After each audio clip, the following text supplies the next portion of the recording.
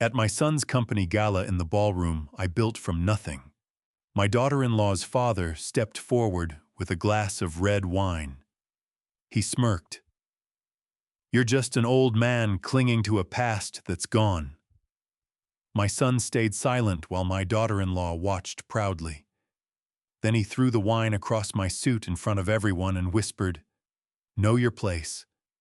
I wiped the stain, said nothing, because they had no idea whose company they had just insulted. "Thank you for being here. It means more than you know." Let's start with something simple. Drop your city or country in the comments. I love seeing where the Dad Family Revenge family comes from around the world. This story includes fictional elements created for storytelling and educational value. Any similarity to actual people or events is coincidental. What matters is the message, and that part is completely yours. I have stood in this ballroom before 40 years ago, when it was nothing but an empty warehouse I rented for $50 a night to store the first shipment of parts I had ever sold on credit. Tonight it cost $50,000 just to hang the chandeliers. The wine hit my left shoulder first, cold then spreading. Dark red soaking through the fabric of my jacket, running down my sleeve, dripping from my cufflink onto the white marble floor beneath me.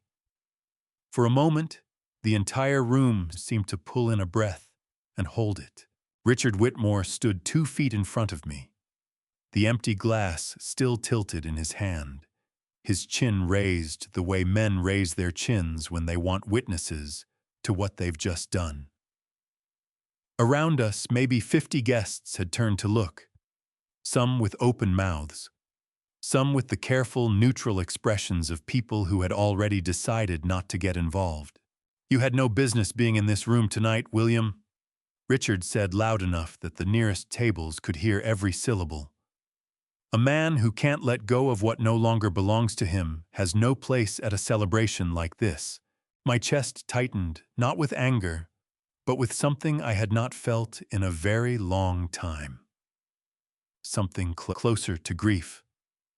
I reached into my breast pocket and removed the white handkerchief I had carried every day for 30 years, a habit my father had given me, along with the advice that a man should always be prepared to clean up a mess, whether he made it or not. I unfolded it slowly, pressed it to my cheek, felt the cold dampness of the wine against my skin. I did not shout. I did not step forward. I did not give Richard Whitmore the spectacle he was hoping for. Instead, I looked past him. Daniel was standing 10 feet away near the edge of the stage where the spotlights were still burning. My son, 42 years old, CEO of the company I had built from a single rented warehouse into an organization that employed 4,000 people across 6 states. He was wearing a suit that cost more than my first car. His jaw was tight.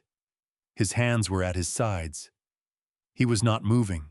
Sophia stood beside him, her fingers wrapped gently around his forearm, not reaching for him, not comforting him.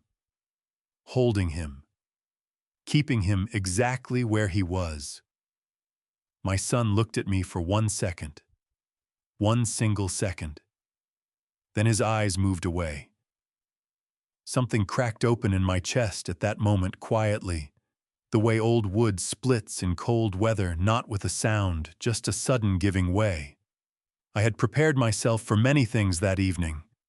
I had not prepared myself for that 1 second. "Well," Richard's voice again impatient, now performing for an audience that was no longer entirely comfortable watching.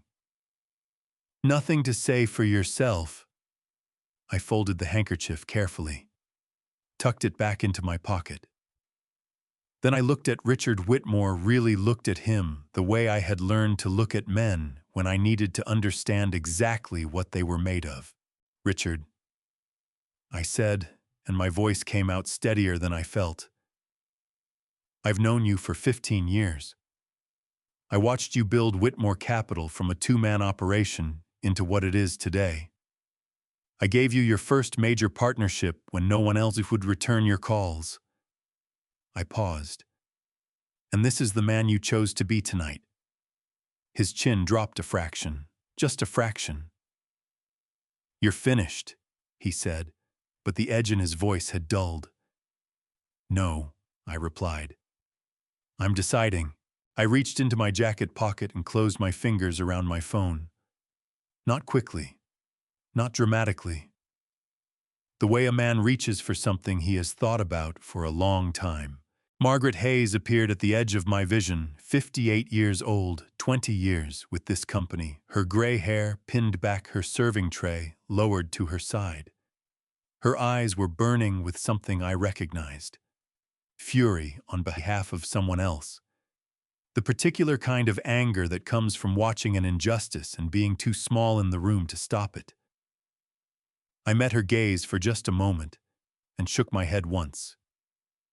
Not yet. I stepped around Richard without another word. Walked toward the corridor doors at the far end of the ballroom. Behind me, I heard the murmur of voices beginning again, low and uncomfortable. I heard someone say my name, not Richard, not Daniel, just a voice somewhere in that crowd that recognized something the rest of them had missed. I pushed through the doors and let them close behind me. I had come to this party with one question in my mind. After 40 years of building after everything I had given and everything I had trusted, I finally had my answer. And it was not the one I had hoped for. The hallway outside the ballroom was the kind of quiet that only exists in expensive hotels, the kind that gets purchased along with the marble floors and the paintings that nobody actually looks at. I walked to the far end, where a floor-to-ceiling window looked out over Hartford at night, and I stood there with one hand braced against the glass and the wine still drying on my jacket sleeve. Below me, the city stretched out in grids of orange and white light. I had first seen Hartford from a Greyhound bus window in the spring of 1985. I was 29 years old, carrying a duffel bag with 2 changes of clothes and a folder of hand-drawn mechanical diagrams I had spent 3 years perfecting in my father's garage in western Pennsylvania. I had exactly $212 to my name. My chest ached with the memory of it. The particular ache that comes not from pain, but from the distance between who you were and who you became, and the question of whether the journey was worth what it cost. I pressed my forehead against the cool glass. Dad. The voice was not behind me. It was in my memory, 7 years old, piping and insistent Daniel on a Saturday morning, tugging at my sleeve as I bent over a disassembled hydraulic coupling in the first real workshop I had ever rented. 800 square feet of corrugated metal walls in an industrial park on the outskirts of Hartford. I had paid the deposit with the last of my savings and prayed the first contract would come through before the rent was due. Dad, why do your hands always smell like oil? I had looked up at him, small face, serious expression, hair sticking up on one side the way it always did when he had just woken up. His mother had dressed him in a striped shirt, and he had a peanut butter stain on the collar that neither of us had noticed until later. Because that's what honest work smells like, son. He had scrunched his nose. I don't like it. You will, I had told him. Someday you will. Standing at that hotel window now, my throat tightened until it hurt. I had believed that. Deeply, completely believed it. That the son who sat on that old wooden stool on Saturday mornings watching me work, asking questions about every tool and every part, that son understood something fundamental about what it meant to build something from nothing. I had spent the first 6 years of Carter Industries sleeping on a cot in the back of that workshop 3 nights a week to save on rent. My wife Eleanor, God rest her, had never once complained. She had brought dinner in a paper bag, sat beside me while I drafted proposals at midnight, and told me every time I doubted myself that I was the most stubborn man she had ever loved, and that she was counting on that stubbornness to take us somewhere. You don't start a company, she used to say.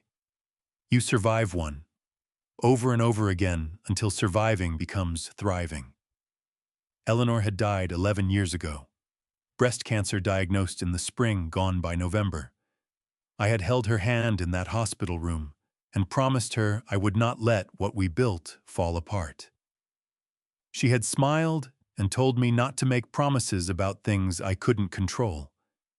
I had made the promise anyway. My throat burned now standing in that hallway. I pressed 2 fingers to the bridge of my nose and breathed through the tightness in my chest. The first contract Carter Industries ever signed was with a regional rail maintenance company, $14,000 for custom coupling assemblies with a penalty clause if delivery ran more than 3 days late. I had delivered 2 days early and personally driven the freight to the depot in a rented pickup truck. The operations manager had met me at the loading dock and said, "You're the owner." "I am," I had told him. "You drove this yourself." "Couldn't afford a driver."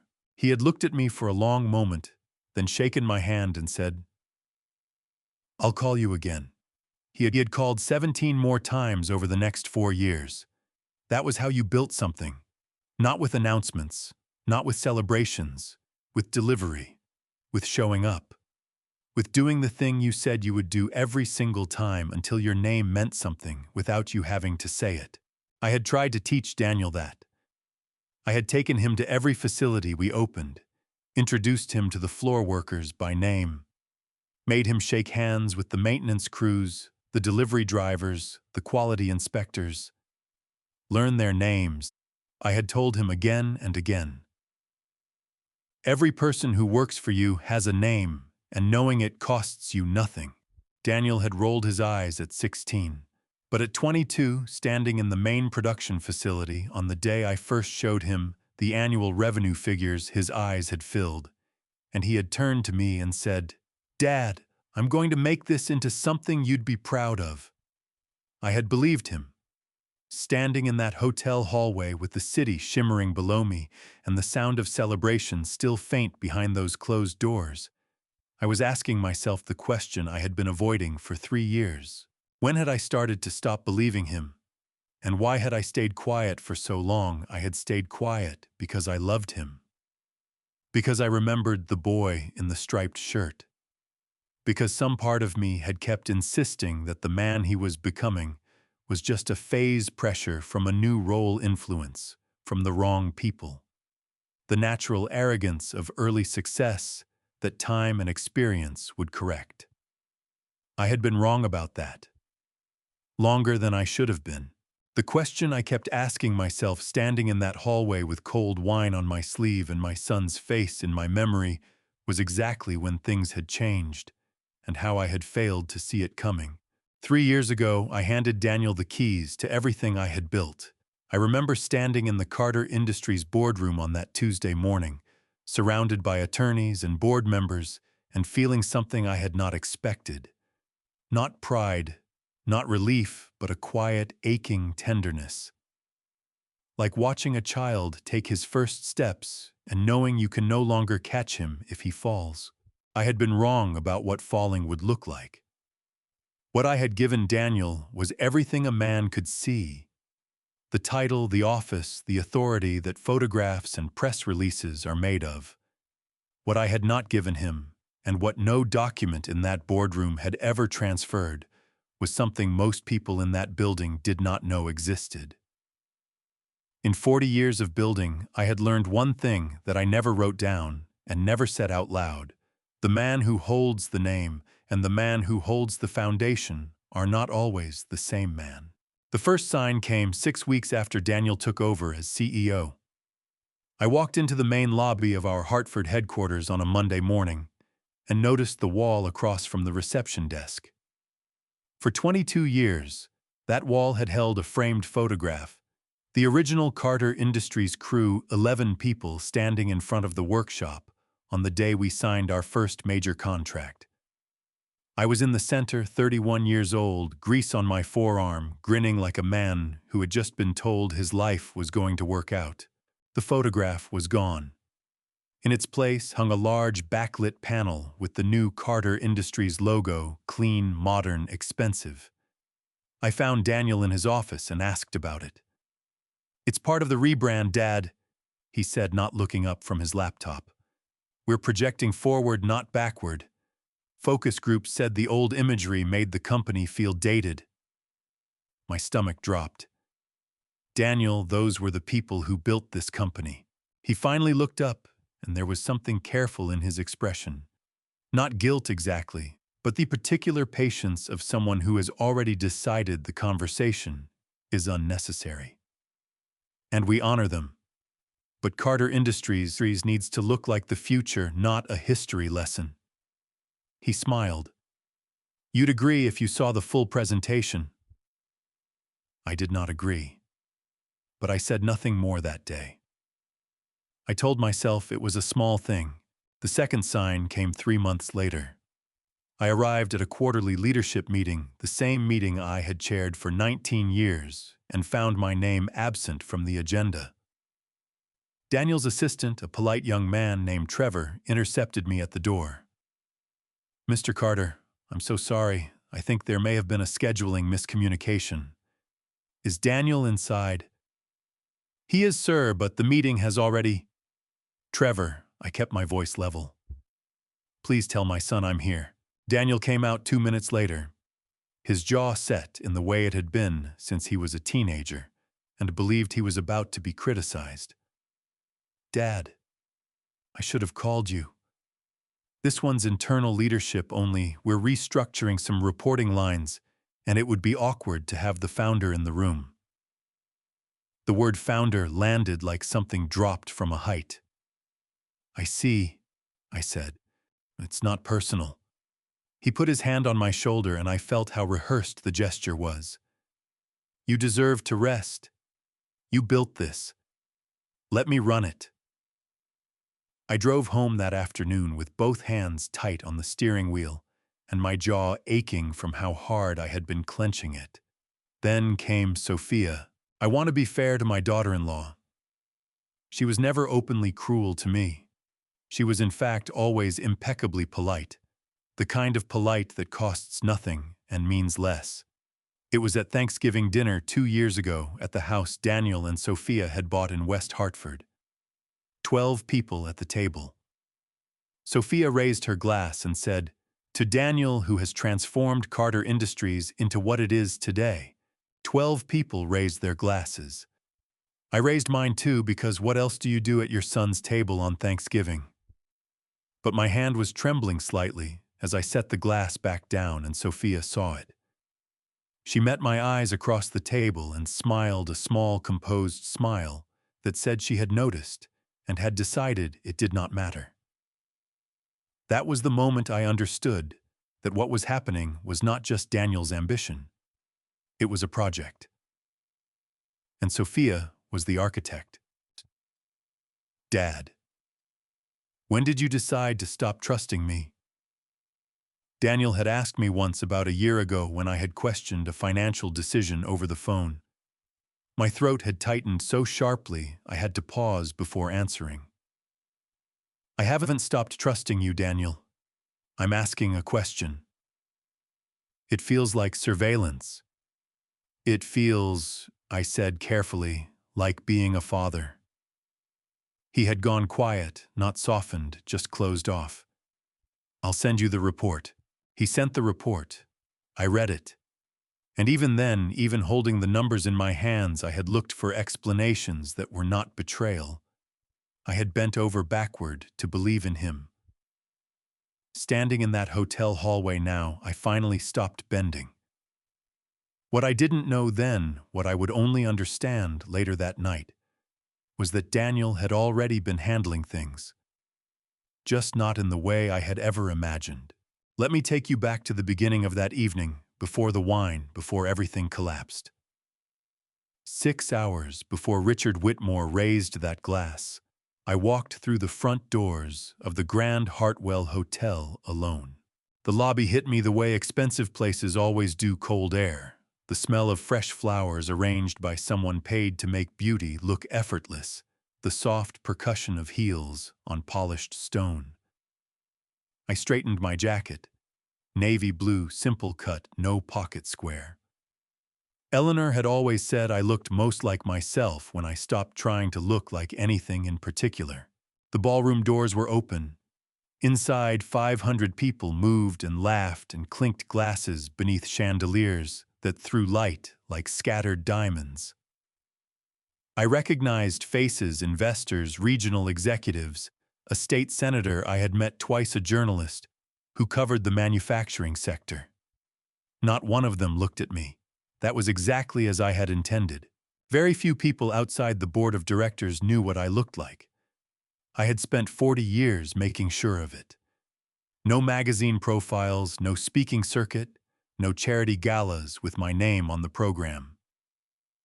When Carter Industries made news, Daniel's face was the one the cameras found.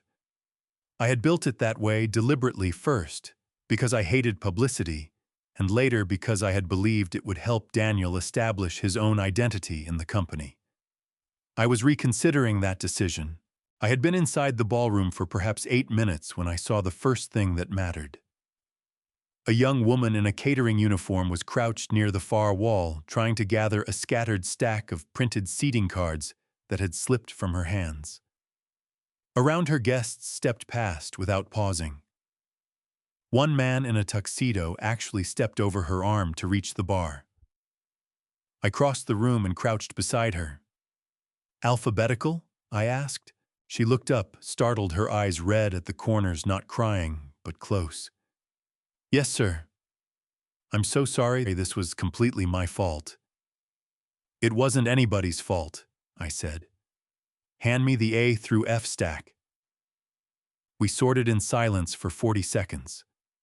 When we finished, she clutched the cards to her chest, and her chin wobbled. "Thank you. My supervisor already warned me once tonight. If something else goes wrong—" "Nothing went wrong," I said firmly. "You dropped some cards and a stranger helped you pick them up. That's the whole story." She nodded hard, blinking fast, and hurried away before the tears could win. I straightened up and found myself looking directly at a woman I did not recognize, late 40s, sharp eyes, dark blazer with a small event coordinator badge on the lapel. She had watched the entire exchange. "Most people in this room would have walked past her," she said. "Most people in this room were looking somewhere else," I replied. She extended her hand.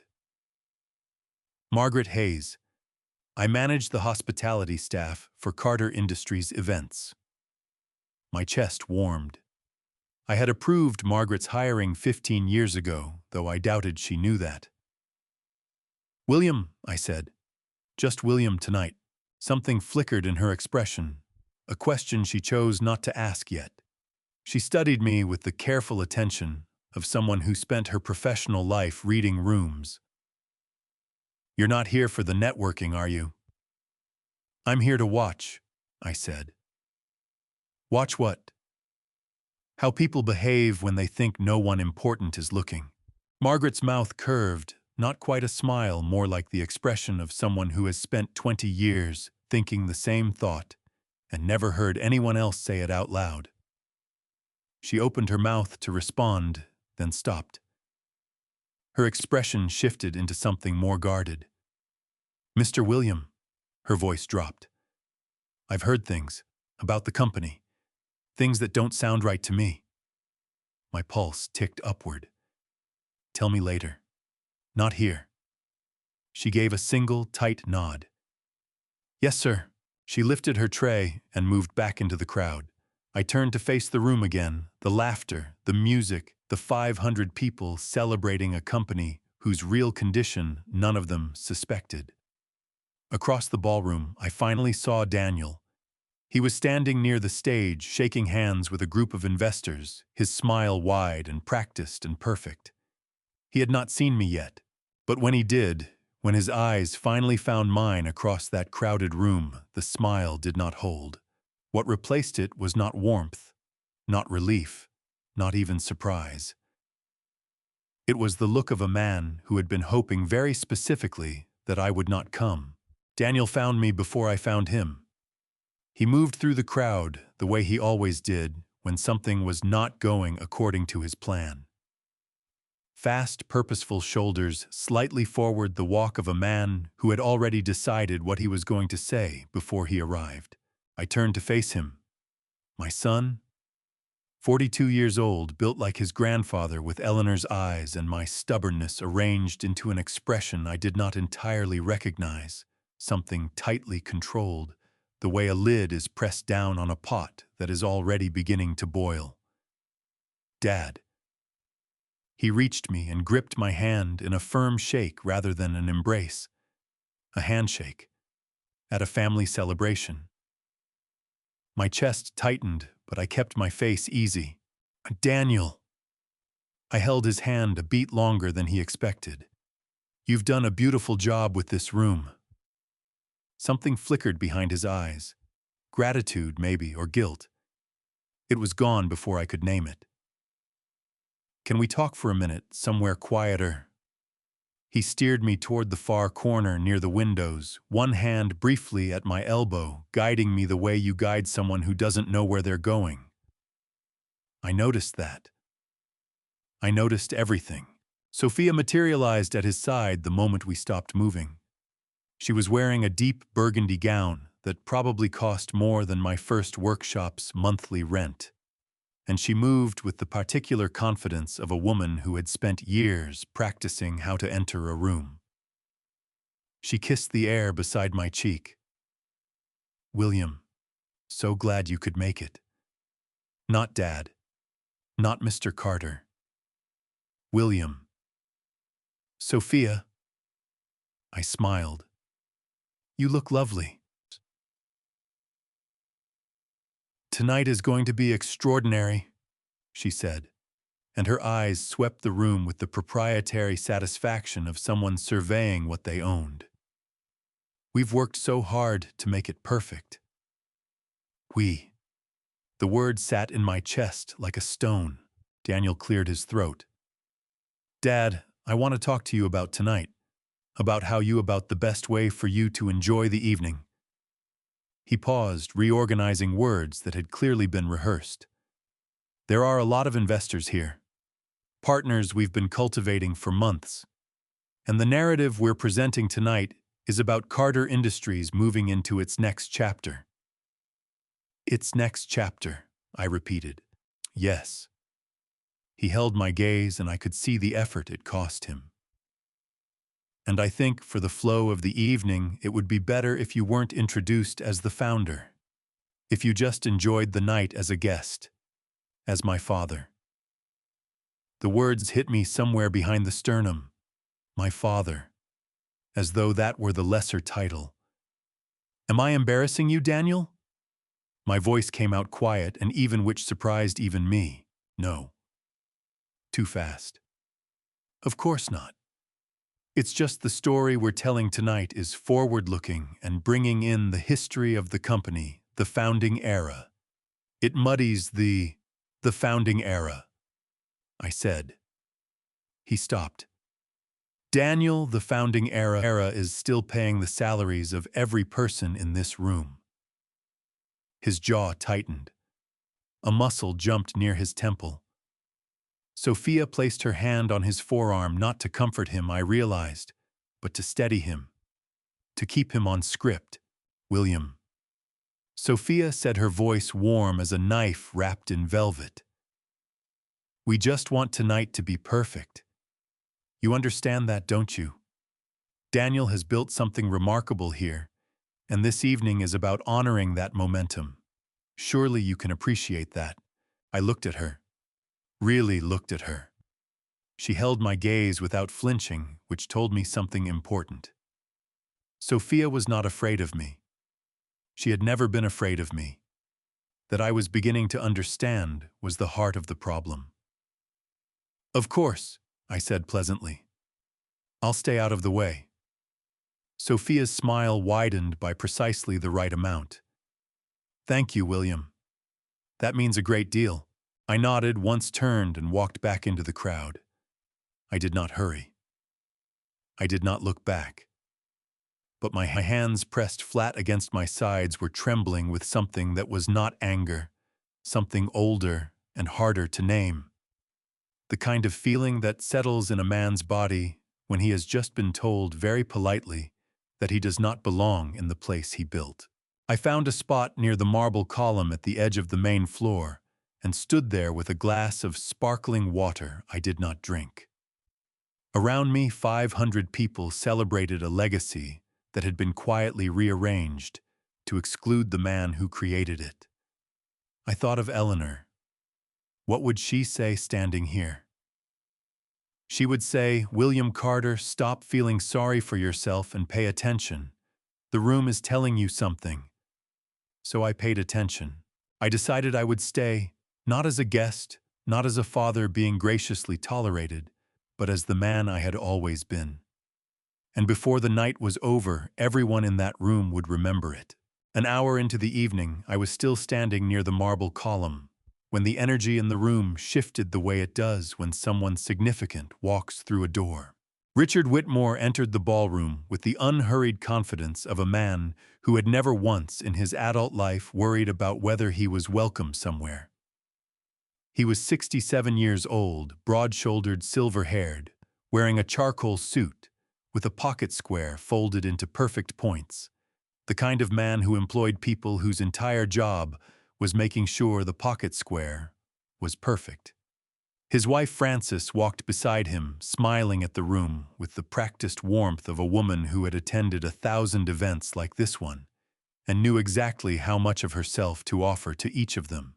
I had known Richard Whitmore for 15 years. He was Sophia's father, which made him Daniel's father-in-law, and by the particular arithmetic of family, my counterpart on the other side of the marriage, the father of the woman my son had chosen. In another life, in a simpler version of this story, that might have made us allies.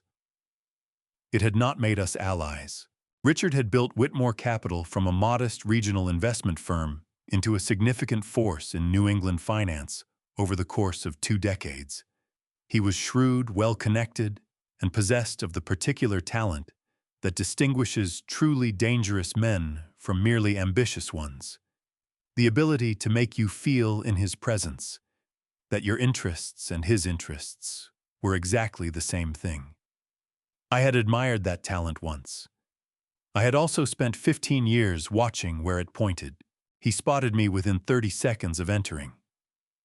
Richard could scan a room of 500 people and locate whoever mattered to him in a single sweep. Another talent, genuinely impressive, genuinely useful to him. He crossed toward me with his arms already opening, hand extended. "William." His grip was firm, both hands clasping mine, the handshake of a man performing sincerity for an invisible audience. "I didn't know you were coming tonight." "Quiet entrance," I said. "You know me." He laughed, rich, practiced landing exactly where a laugh should land. "That's always been your style. You never needed the spotlight." He released my hand and studied me with what looked like genuine warmth. 15 years, William. Can you believe it?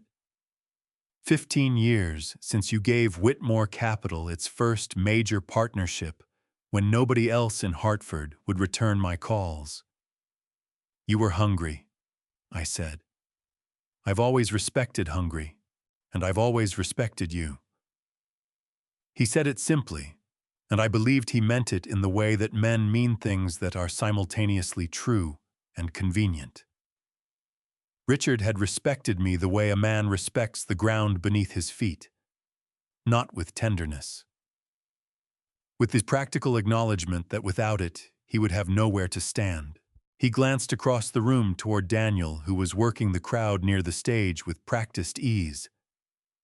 Something moved behind Richard's eyes, a calculation so brief and automatic that most people would have missed it entirely. "How do you think he's doing?" Richard asked. "Honestly, I'm still forming my opinion," I said. "Tonight is part of that." Richard nodded slowly. "He's done remarkable things with the brand. The market loves the repositioning." He paused just a fraction of a second too long, the kind of pause that a careful listener notices. The fundamentals are solid, of course. He said of course the way people say it when they haven't actually checked. Of course. I agreed pleasantly. We spoke for 20 minutes about the Hartford real estate market. A mutual acquaintance who had retired to Scottsdale the unseasonably warm October. Richard was excellent company. He always had been. He listened well, asked follow-up questions that made you feel your answers mattered, laughed at the right moments without overdoing it. I watched all of it with the attention I gave to things that required careful watching. At one point, Frances excused herself to find a friend across the room, and Richard leaned slightly closer. Between us, William, are you comfortable with the direction Daniel is taking things, the new capital structures, the overseas expansion? My pulse remained steady. Should I not be? Something moved behind his eyes, a door opening briefly, then closing. No. I'm sure everything is fine. You know how it is. When you've built something, it's hard to watch someone else drive. He smiled. Even when that someone is family. Family. The word landed differently coming from Richard than it might have from another man, because the family he was referring to included his daughter, whom he had raised to want certain things, to expect certain things, to measure her life against a particular standard of comfort and status that had shaped Sophia long before she ever met my son. I had never blamed Richard for Sophia. People become who their upbringing makes possible. But I had always understood that the values Richard had instilled in his daughter were not the same values I had tried to build into Daniel, and that the friction between those two sets of values had been running quietly beneath the surface of my son's marriage for years. To family? I said, and raised my glass. Richard raised his. To family. We drank. He moved on to the next cluster of important people as men, like Richard always do, always moving, always calculating the next position. I watched him work the room for 40 minutes. The handshakes, the laughter, the careful orbit around Daniel, the eyes that never quite stopped assessing. I thought about what it meant that this man, my son's father-in-law, the father of the woman Daniel had chosen to build a life with, had spent 15 years calling me a partner, while teaching his daughter that a man's worth was measured in what he currently controlled. 2 hours later, that same man who called me family would stand in front of 500 people and do something I had not seen coming, even from him. I found Margaret near the service corridor 20 minutes after she had asked me to wait. The door to the corridor was propped open with a rubber wedge, and the smell of hot food and industrial cleaning solution drifted out into the carpeted hallway. The honest smell of people working hard so that other people could pretend no one was working at all. Margaret was standing with her back against the wall, her tray set on a folding shelf, her arms crossed over her chest. When she saw me coming, she exhaled a long, shaky breath, the kind that tells you someone has been holding it for a while. "Thank you for coming," she said. "I wasn't sure you would." "You said something was wrong," I replied. "I don't ignore that." She glanced both ways down the corridor. 2 young servers pushed a cart past us without looking up, and she waited until they were gone before she spoke again. "Mr. Carter," she began, then caught herself. "William, I need you to know that I debated whether to say anything. I've worked for this company for 20 years. I know what loyalty means. But I also know what this company meant to the people who built it, and I can't watch what I've been watching and say nothing." My chest tightened. "Tell me." Margaret pressed her lips together, steadying herself. 2 weeks ago, I was setting up for the quarterly senior staff breakfast, the one held in the executive dining room on the 14th floor. I arrived 40 minutes early because that's how I always do it. The room was supposed to be empty. She paused. It wasn't. Who was there? 3 members of the finance team. They didn't hear me come in. They were talking about the Q3 numbers, the real Q3 numbers, not the ones in the report that went to the board. Her voice tightened. They were talking about how to realign the line items, so the losses from the Meridian project and the 2 Pacific Rim contracts wouldn't show up as operating losses. They were talking about reclassifying them as long-term capital adjustments. I kept my expression steady even as something cold moved through my chest. In corporate accounting under U.S. generally accepted accounting principles, what we call GAAP, reclassifying operational losses as long-term capital adjustments, is not a gray area. It is fraud. It misrepresents a company's financial health to its board, its shareholders, and any external partners making decisions based on those numbers. If what Margaret was describing was accurate, Carter Industries had not just made bad investments. Someone had deliberately falsified the financial picture to conceal them. How large were the losses? I asked. My voice came out steadier than I felt. I heard $230 million, Margaret said. Over 18 months. $230 million. Hidden, reclassified, presented to the board as something they were not. My legs felt suddenly unreliable. I put one hand against the corridor wall and breathed. There's more, Margaret said, and her eyes filled, not crying, not yet, but brimming the way a glass fills right to the edge. The night before last, I was finishing a late setup in the executive suite on 16. I heard Mrs. Carter Sophia on the phone in the adjoining room. The door wasn't fully closed. Margaret's voice dropped to nearly nothing. She said, "No one needs to know the real numbers yet. Get through the gala first. After the announcement tonight, we'll have enough new partner commitments to buy time for a restructure." And then she said, "Daniel has handled it. Trust him." The corridor felt very narrow.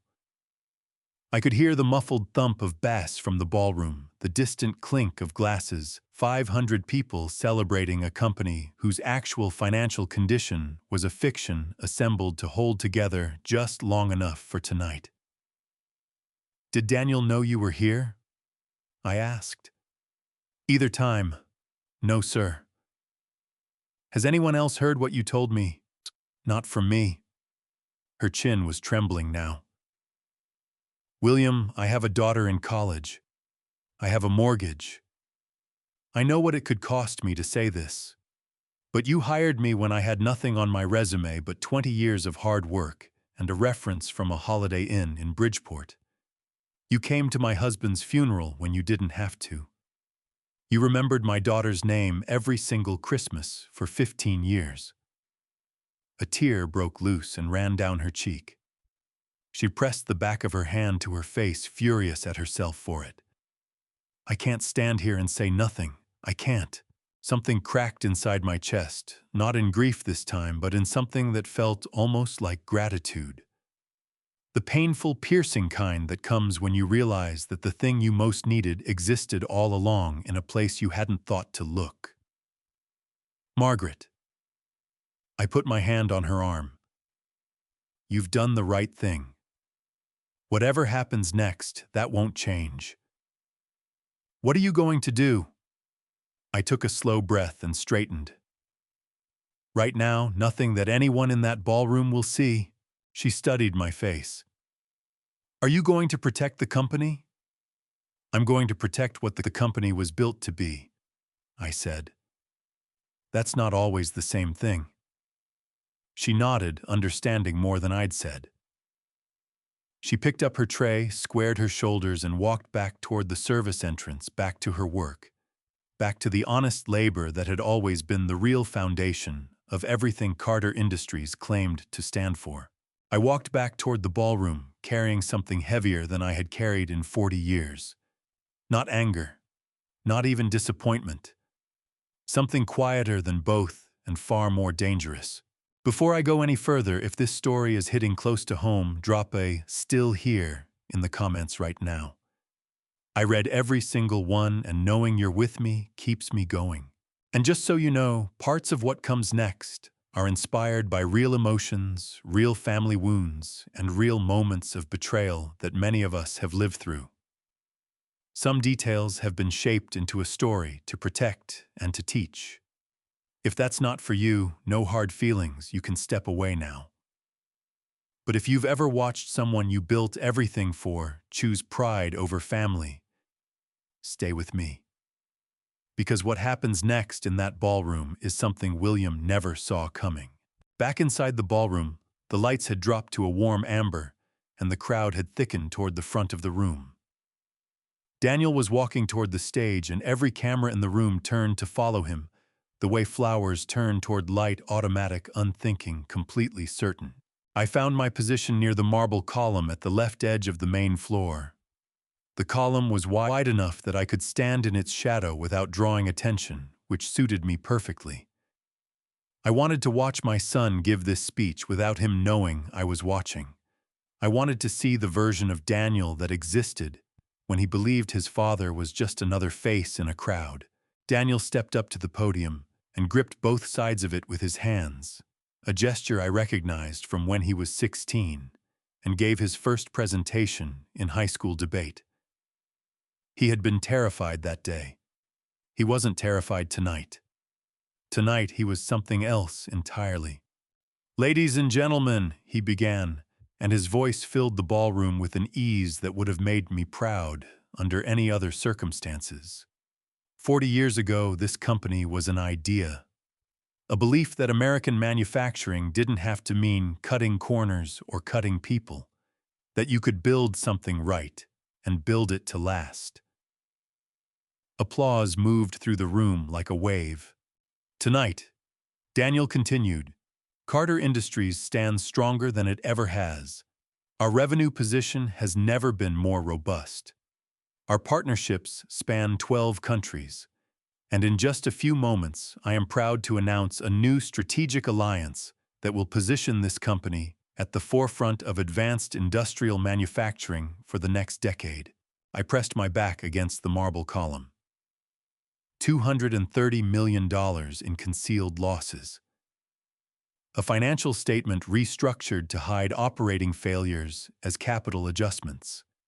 And my son was standing at a podium built on that foundation, announcing a new $200 million strategic alliance to 500 people who had no idea the ground beneath them was hollow. I counted the inaccuracies in his speech, not the exaggerations every CEO exaggerates. I counted the statements that were factually, verifiably false. I reached 7 before he finished the second paragraph. "We also want to take this moment," Daniel said, his voice warming, "to honor the legacy of those who came before us. The workers, the engineers, the early visionaries who believed in this company when it was nothing more than a workshop and a handshake. The workers, the engineers, the early visionaries. Every word carefully chosen to honor a category of people rather than a specific one. Every word designed to acknowledge history without acknowledging me." Sophia sat at the front table with her hands folded in her lap and a smile of refined satisfaction on her face. The smile of someone watching a performance they had rehearsed many times come together exactly as planned. The foundation of Carter Industries. Daniel said building toward his close was built by people who believed that doing things right mattered more than doing them fast. We carry that belief forward tonight. More applause. Louder this time. My jaw ached. I unclenched it deliberately. The irony of those words, doing things right, mattered more than doing them fast. Spoken by a man who had reclassified $230 million in losses to avoid a difficult conversation, landed somewhere in my chest, like a stone dropped into still water. The ripples spread outward, and I felt every one of them. East Carter Industries stands stronger today than it ever has. Daniel concluded, his arms opening slightly, as though welcoming the room into an embrace. The applause that followed was thunderous, 500 people on their feet. Daniel accepted it with a modest nod, exactly practiced enough to look unplanned. I did not move. I did not lift my hands. I stood at the edge of that marble column and looked at my son lit up under those stage lights, and I thought, he believes this. Some part of him, behind all the calculation and the concealment and the careful performance, genuinely believes the version of this company he just described. That was, I realized, the most heartbreaking thing of all. Across the room, Richard Whitmore had excused himself from his table. He was standing at the far edge of the ballroom near the bar, and he was looking at his phone. As I watched, the color left his face in a slow, visible drain, the way color leaves something that has been cut off from its source. Whatever he had just read it had changed everything about the next hour. I watched Richard from across the ballroom. He read whatever was on that screen twice, I could tell by the way his eyes moved slow and deliberate the first time, fast and disbelieving the second. Then he lowered the phone and stood completely still for 3 seconds, the way a man stands when the ground has shifted and he is deciding whether to run or dig in. He chose to run. I watched it happen in real time. Richard Whitmore straightened his jacket, set his champagne flute on the nearest table, and became someone else entirely. The warmth that had been in his face all evening drained away with the efficiency of water leaving a basin. What replaced it was colder and more familiar to me, the face of a man doing arithmetic. He made the first call within 90 seconds. I watched him turn toward the wall, shoulders angled away from the room, one hand pressed against his jaw as he spoke. The call lasted 40 seconds. He ended it and immediately dialed again. Then again. I had spent 40 years in business. I knew the choreography of a controlled retreat. Richard was not panicking. Panic is loud and visible. What Richard was doing was far more calculated than panic. He was executing a plan he had hoped he would never need. What made it worse, what made it land differently than it might have from another man, was the particular nature of who Richard was in this situation. He was not just a business partner making a cold financial decision. He was Daniel's father-in-law, the man who had walked Sophia down the aisle 6 years ago and shaken my hand at the reception and said with what I had believed was genuine feeling that he was proud to be joining our families. He was the grandfather of the grandchildren Daniel and Sophia talked about having someday. He was by every definition that mattered outside of a balance sheet family. And he was pulling every dollar out of Carter Industries with the focused efficiency of a man who had decided that family stopped at the edge of his portfolio. Across the room, Gerald Forsyth, Carter Industries' Northeast Division head, looked at his own phone and flinched visibly, his hand trembling before he locked it down. He stood, pressed his palms flat on the table, and walked quickly toward the exit.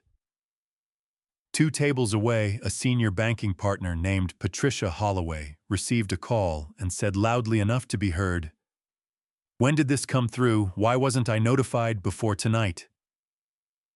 She pushed back her chair so hard it scraped the marble. The information was spreading through the room the way cold spreads through a house when a window is left open, not all at once, but steadily, until the warmth was simply gone. Daniel still hadn't noticed. My son was across the room with a champagne flute in his hand and a smile that hadn't received the update, shaking hands, laughing, touching Sophia's elbow briefly as he passed her. He looked like a man at the peak of everything he had worked for. He had no idea the peak was hollow. I thought about Sophia in that moment. Richard's daughter, Daniel's wife, standing near the front table with her hands folded in her lap. She had grown up watching her father operate exactly this way. She had learned at Richard Whitmore's knee that loyalty was a resource to be deployed strategically rather than a value to be honored unconditionally. I did not blame her for what she had learned, But I understood watching her father make his calls where the education had come from. Richard ended his third call and looked across the room. His eyes found mine immediately. Two men who had called each other partners for 15 years, who had shaken hands at a wedding and shared a table at a dozen charity dinners and built something together that had made both of us richer than either of us had been before. He held my gaze for 1 second. In that second, I saw the calculation complete itself behind his eyes, the final assessment of a man who had weighed everything and arrived at his number. Then he looked away first and began walking towards me. Not toward Daniel, not toward the exit. Toward me, the man he had spent the evening calling a legend, the man whose daughter he had become by marriage, the man whose company he had just spent 15 minutes systematically abandoning. The expression on his face as he crossed that ballroom floor was not the one I remembered from an hour ago. Gone was the practiced warmth the fellow patriarch eased the handshake that was supposed to mean something. What was on Richard Whitmore's face now was something I recognized from 40 years of watching men arrive at the end of their options. It was fear. The particular fear of a man who has just realized that the person he dismissed was the only one in the room who could decide what happened next. He stopped 6 feet away from me, then 5, then 4. Close enough that the guests nearest to us began to sense the shift in temperature between two men and turned one by one to watch. Richard's chin came up, that same gesture I had noticed when he first poured that wine, the chin raise of a man performing for witnesses. His voice, when it came, was loud enough to carry. "You know what your problem is?" "William," he didn't wait for an answer. "You've always believed that building something gives you permanent ownership of it. That your name on the door means the door stays yours forever." He spread one hand, as though gesturing at the room around us, at the 500 people, the chandeliers, the 40 years of accumulated work. "But that's not how the world works. You had your era. It's finished." My hands stayed at my sides. My breathing stayed slow. Every muscle in my body was locked down with the discipline of a man who had spent 7 decades learning that the most powerful response to provocation is frequently no response at all. "Richard," I said, "you're performing right now, for this room. I'd like you to think about whether this is the performance you want to be remembered for." His face went a shade darker. "Don't lecture me about performance. You've been invisible for 3 years, while your son tried to drag this company into the 21st century. You show up tonight like a ghost who doesn't know he's dead, and you expect everyone to dad." The word came from behind Richard, clear, sharp, cutting across whatever Richard had been building toward. I looked past him and felt my heart stutter. Daniel was standing 10 feet away. He had heard enough. His face was tight with something I couldn't immediately name, not anger, not exactly. Something more complicated. Something that looked painfully like embarrassment. But he had stepped forward. He had said "Dad." And for one raw, exposed second, I thought, he's going to stop this. "Daniel," Richard said, turning to him, his voice recalibrating instantly to something more collegial. "Your father and I are just having a frank—" "I heard you," Daniel said. His eyes moved from Richard to me and back again. His jaw was working. His hands were balled at his sides. "Dad, maybe you should— There are people here, and tonight isn't the right time to—" My son stopped talking. Not because he had finished his thought. Because Sophia had appeared beside him and placed her hand on his forearm, and whatever she said to him low and close made the words die in his throat. The pain that moved through me in that moment was the worst of the entire evening. Worse than anything Richard had said. Worse than the $230 million, worse than the falsified reports, worse than all of it. Because what I saw on my son's face was not agreement with Sophia, it was surrender. The face of a man who had made his calculation and decided in the space of 3 seconds that standing between his father and Richard Whitmore cost more than he was willing to pay tonight. He looked at me once, one single second, and in that second, I saw that he knew exactly what he was doing. Then he looked away. Richard picked up a glass of red wine from the tray of a passing server. He raised it with deliberate leisure, the way a man raises a glass when he wants everyone watching to know that he is unhurried, that he is in control, that the outcome of this moment has already been decided. "Since you're so determined to be here," Richard said loud enough for 30 people to hear clearly, "you might as well look the part." He tipped the glass. The wine came in a slow, heavy arc, dark red, almost black in the chandelier light, and hit my left shoulder, soaked through my jacket. In the space of 2 seconds, ran down my sleeve and dripped from my cufflink onto the white marble floor. A woman nearby pressed her hand to her mouth. A man took an involuntary step backward.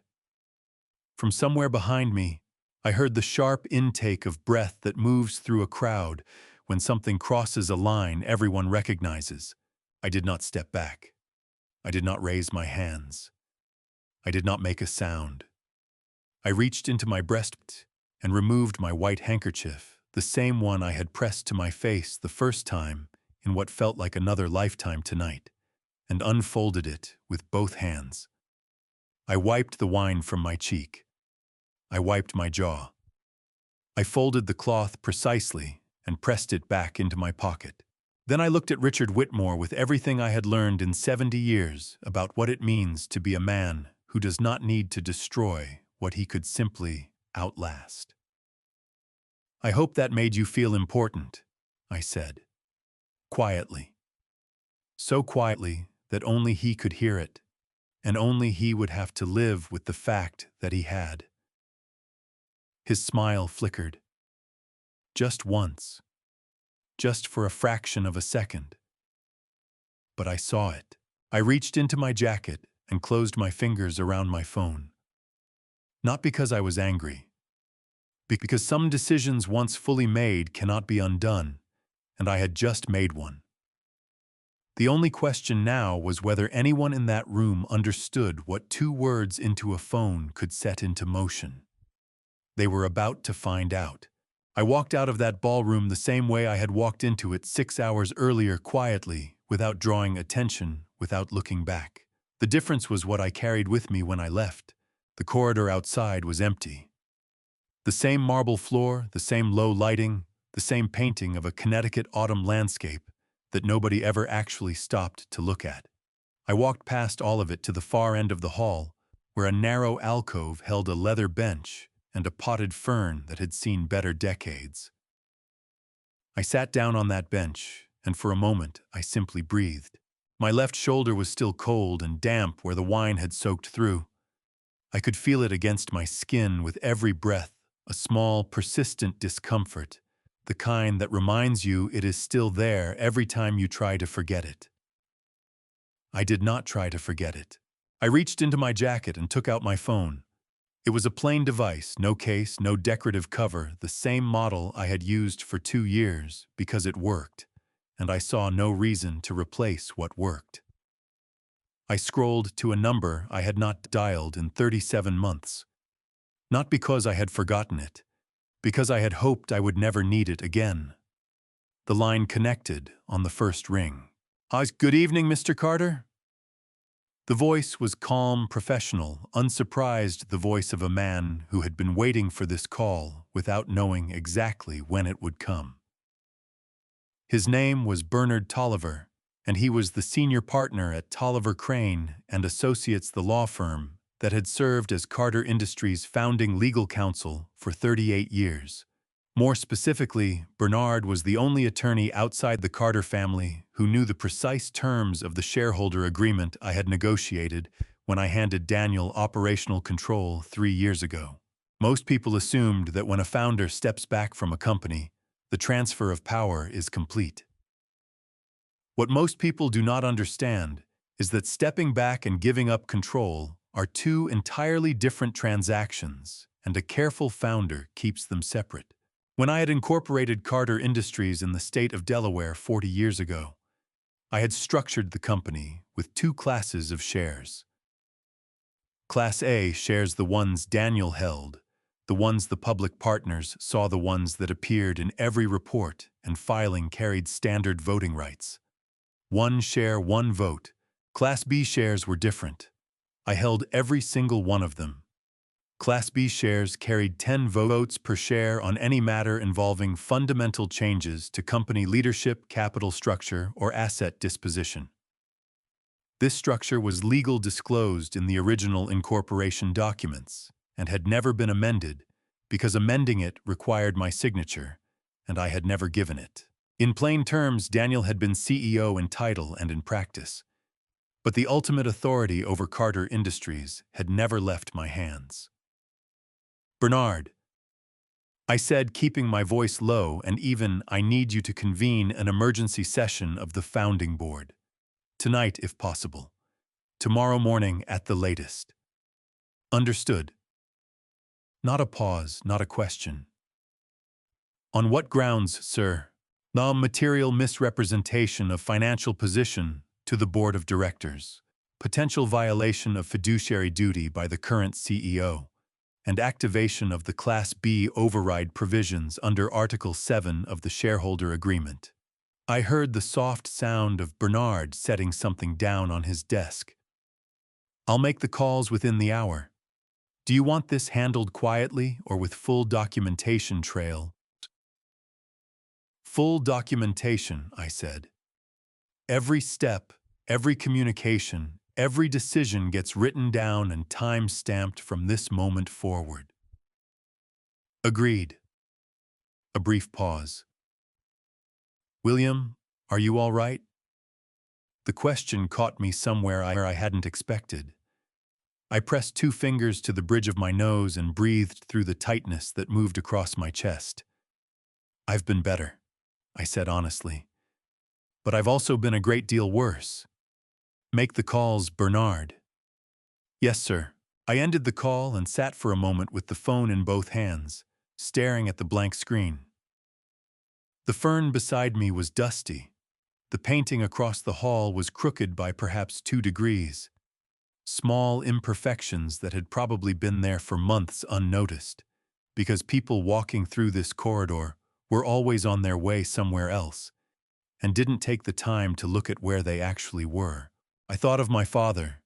He had worked the coal mines of southwestern Pennsylvania for 31 years, and he had told me exactly once about what it felt like to work underground. Not the danger, not the darkness, those were expected.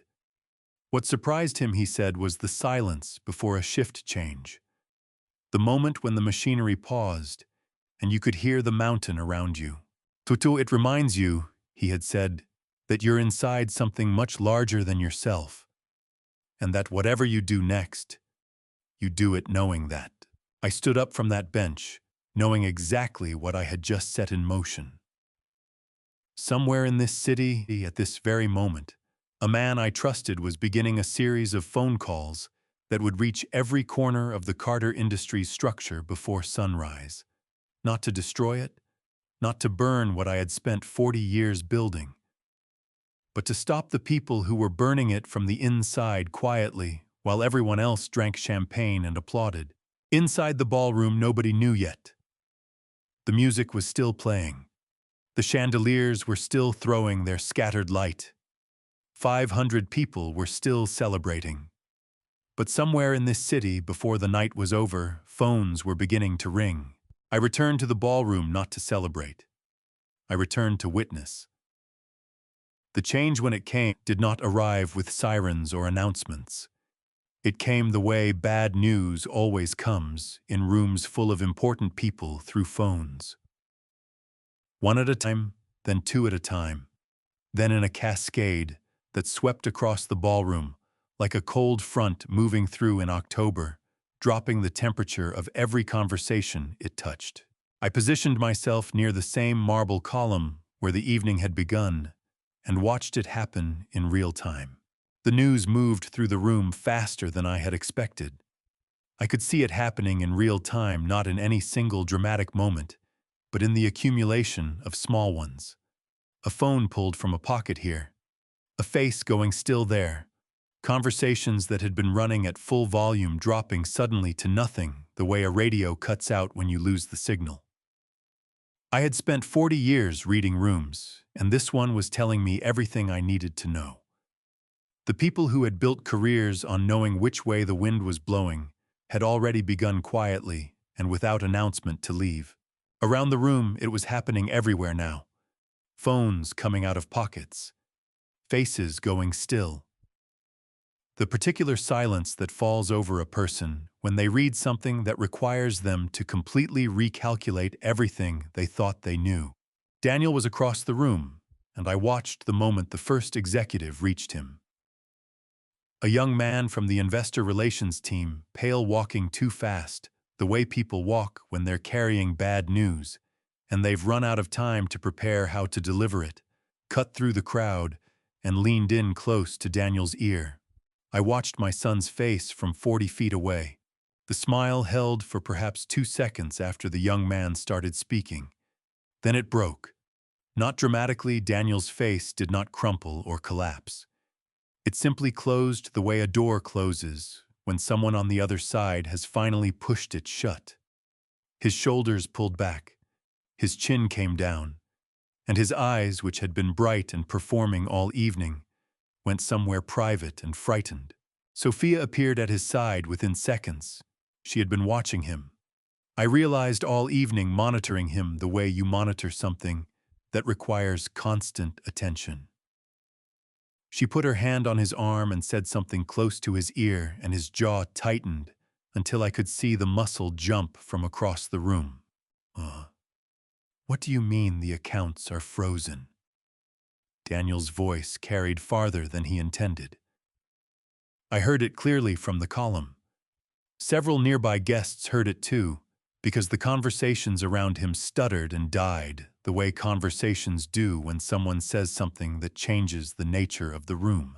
An older board member, a man named Clifford Morton, who had been on the Carter Industries board for 16 years, pushed through the thinning crowd toward Daniel.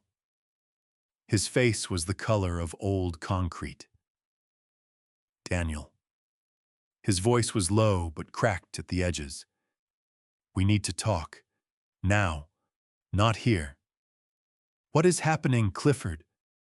Daniel's voice rose a fraction. Someone tell me exactly what is happening. Your father. Clifford stopped himself, glanced around at the people still within earshot, and dropped his voice to almost nothing. The Class B provisions have been activated. The founding board is being convened. Tonight. The color left Daniel's face so completely and so quickly that I felt, despite everything, a lurch of something protective in my chest. He was still my son. Even now. That's not possible, Daniel said. His voice was barely above a whisper. He gave me. He stepped back. Clifford said carefully. He did not give up the shares. Sophia's hand tightened on Daniel's arm until her knuckles went white. Her eyes swept the room and found me at the marble column. The look that crossed her face was not the composed, calculating expression I had seen all evening. It was something raw, something that understood in a single moment that the architecture she had built her influence upon had just been revealed as resting on ground she had never actually owned. Across the ballroom, Richard Whitmore was trying to reach someone on his phone and failing. I could see him from where I stood, pressing the device to his ear, pulling it away, dialing again, his movements increasingly sharp and frustrated. Richard put his phone away and began walking. Not toward the exit, not toward Daniel, directly toward me. And the expression on his face was not the one I remembered from an hour ago, not the charm, not the calculation, stripped of warmth. What was on Richard Whitmore's face now was something I had not expected from a man like him. It was fear. Plain, and unadorned. The fear of a man who has just realized that the person he publicly humiliated and dismissed was the only one in the room who could decide what happened next. He came to me the way men always come when they have run out of options without the pride they walked in with. I watched Richard cross the ballroom floor with my hands loose at my sides. Around us, the room was dissolving guests, slipping toward exit staff, clearing glasses from abandoned tables, the music gone. The grand chandelier still blazed overhead, throwing its expensive light on a celebration that no longer existed. Richard stopped 3 feet away. He was breathing harder than the walk across the room warranted. The fear I had seen from a distance was still there, partially overlaid with the composure of a man who had spent 40 years in boardrooms and knew how to repackage panic as negotiation. "William," he said, "I owe you an apology." "You do," I agreed. He blinked. My simple agreement gave him nowhere to push against. He cleared his throat. "What happened earlier tonight was inexcusable. I was reacting to information that alarmed me, and I handled it in a way there is no version of what I did that is acceptable. I humiliated you in front of people who respect you, in front of people who work for you, in front of your son." He stopped. "In front of my son-in-law." That last phrase landed differently than the rest, because it acknowledged for the first time tonight the full dimension of what Richard had done. He had not merely insulted a business partner. He had stood in front of 500 people and poured wine on the father of the man his daughter had married. He had humiliated his own family's patriarch. Whatever calculation he had made in that moment, it had included Daniel, included Sophia, and he had made it anyway. "Richard," I said, "do you understand what you actually did tonight?" He met my eyes. "I insulted you. Publicly. That's what you did to me," I said. "What did you do to your daughter?" His jaw tightened. The question had arrived somewhere undefended. I could see it in the way his expression shifted. Not guilt exactly, but its more uncomfortable cousin. Sophia has nothing to do with... Sophia has everything to do with it," I said quietly. "She watched her father pour wine on her husband's father in front of 500 people. Whatever you intended tonight, Richard, that is what she will carry. That is what Daniel will carry. That is what this family will carry." I let that settle. "You didn't just make a business decision tonight. You made a family decision. And you made it without thinking about anyone but yourself." Richard's throat moved. He pressed his lips together. For a moment, something real moved across his face, not the performed contrition of his opening apology, but something raw. The expression of a man hearing an accurate description of himself and finding no counter-argument available. "What do I need to do?" he asked. His voice had dropped to something quieter. "To fix this. The Whitmore Capital position, the withdrawal orders, I can reverse them. My legal team can have the Massey Clause activation rescinded before the market opens Monday. All of it. William, if you restore the partnership structures, I will..." "Richard." His name quietly stopped him. "The capital withdrawal was your legal right under the partnership agreement. I'm not going to penalize you for exercising a contractual protection." I paused. "I'm also not going to invite you back into a structure you chose to abandon the moment it became inconvenient." His chin came up. "You would let $60 million walk out over one evening." "You walked it out," I said. "I'm simply not chasing it." He stared at me. The negotiator's composure was cracking at the edges, his eyes moving, searching for the lever that would shift my position. "William." His voice cracked slightly on my name. "I have known you for 15 years. I have been part of this family, part of your family, for 6 years. I watched my daughter marry your son. I sat at your table at Christmas. Something genuine moved through his expression, now past the calculation, past the performance. I know what kind of man you are. You are not a man who destroys things out of spite. You're right, I said. I'm not destroying anything, Richard. I'm allowing the things that were already broken to stop being held together by pretense. I looked at him steadily. Carter Industries had a problem before tonight. You didn't create it. But when you learned about it, you chose to protect yourself rather than come to me. You chose to humiliate me in front of my son rather than have a private conversation. I paused. You've been part of this family for 6 years. A father comes to his family with hard news. He doesn't perform it in front of 500 people. Richard stood in front of me with his hands at his sides, and his face doing something complicated, grief maybe, or the particular anguish of a man who can see in retrospect every point at which the evening could have gone differently. Is there nothing I can say? He asked finally. You've said everything that needed saying, I told him. Twice tonight, actually. Once with the wine and once just now. He left without another word. Behind me, I heard Sophia's voice higher than usual, faster than usual, and then cutting through it, the voice of my son saying my name for the first time that evening. I heard his footsteps before I saw him. I had known those footsteps since he was 3 years old, the particular rhythm of them, the weight and pace. He had always walked like a man with somewhere to be, even when he was a child, going nowhere more important than the kitchen. He came around the edge of the marble column and stopped 6 feet from me. His tie was loosened. His jacket was open. The polished, spotlit version of my son that had commanded that stage 2 hours ago was entirely gone, and what stood in front of me now was someone I recognized more deeply, someone frightened and furious and cornered, which in my experience is when people reveal the truest version of themselves. What did you do, Dad? His voice was raw. Not loud raw the way a voice gets when the emotion behind it has been compressed for too long and is finally finding its way out through the cracks. I protected the company, I said.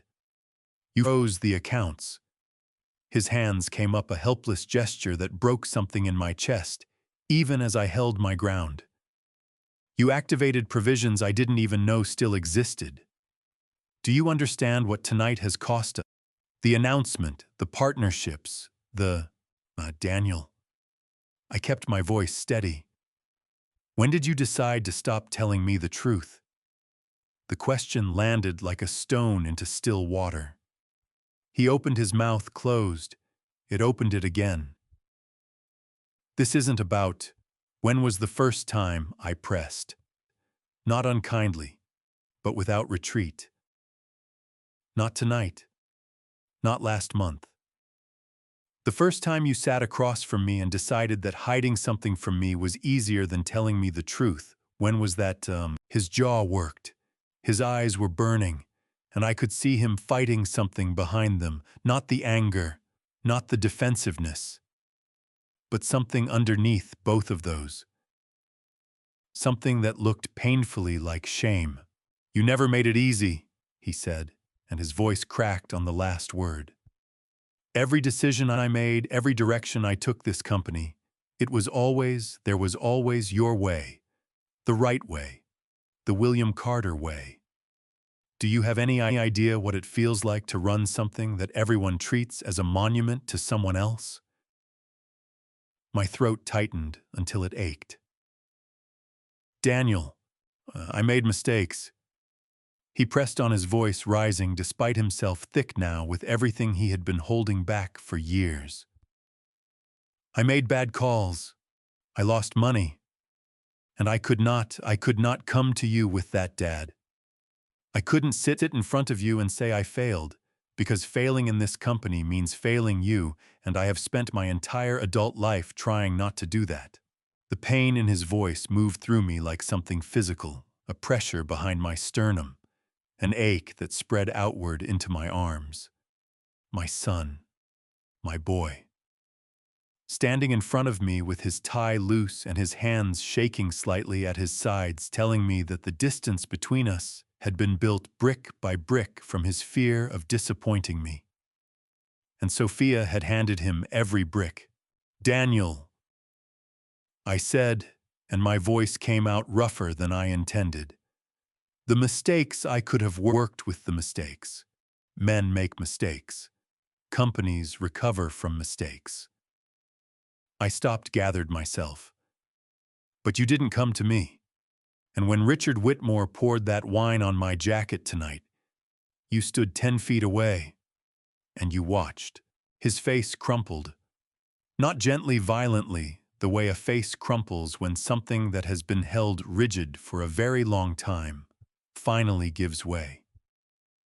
His eyes went red at the corners, and his chin trembled, and he pressed the back of his hand against his mouth, as though he could physically hold back whatever was trying to come out.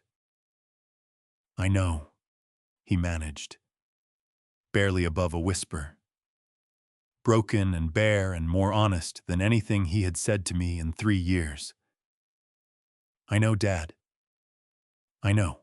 Sophia appeared at his shoulder, her hand reaching for his arm. He let her take it this time, not out of surrender, I thought, but because his legs were not entirely reliable, and he needed something to hold on to. She looked at me over his shoulder, with an expression I had not seen from her before. Not the composed superiority of earlier. Not the calculating warmth she deployed like a tool. Something that recognized in this moment that she had miscalculated the thing she was most certain of.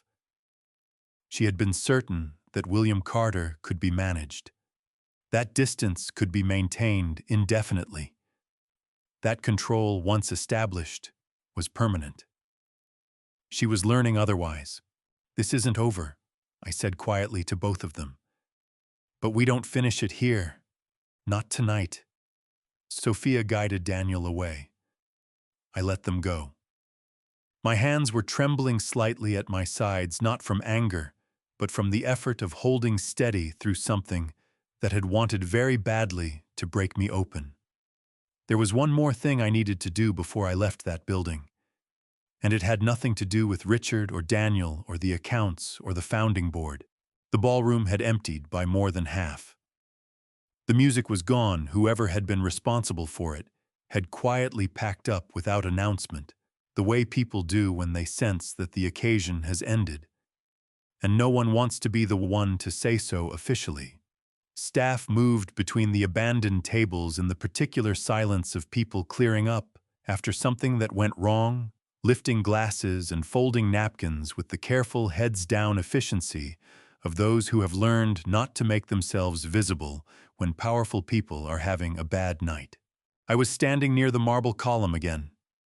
The same column where the evening had begun, where the wine had hit my shoulder. Where I had reached for my phone and made the decision that was still unwinding itself across the city.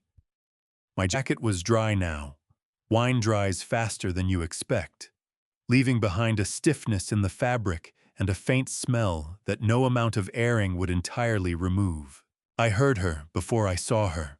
The particular sound of Margaret Hayes moving through a room, purposeful, unhurried, the footsteps of someone who had spent 20 years making sure the things that needed doing got done without anyone having to ask twice. She came around a cluster of half-cleared tables and stopped in front of me. Her gray hair was still pinned back neatly, though a few strands had come loose over the course of the evening. Her serving tray was empty. She set it on the nearest table and stood up straight and looked at me with an expression that made my chest constrict in a way that had nothing to do with grief. It was the expression of someone who had something important to say and had decided fully and irrevocably to say it regardless of the cost. "Mr. Carter," she began.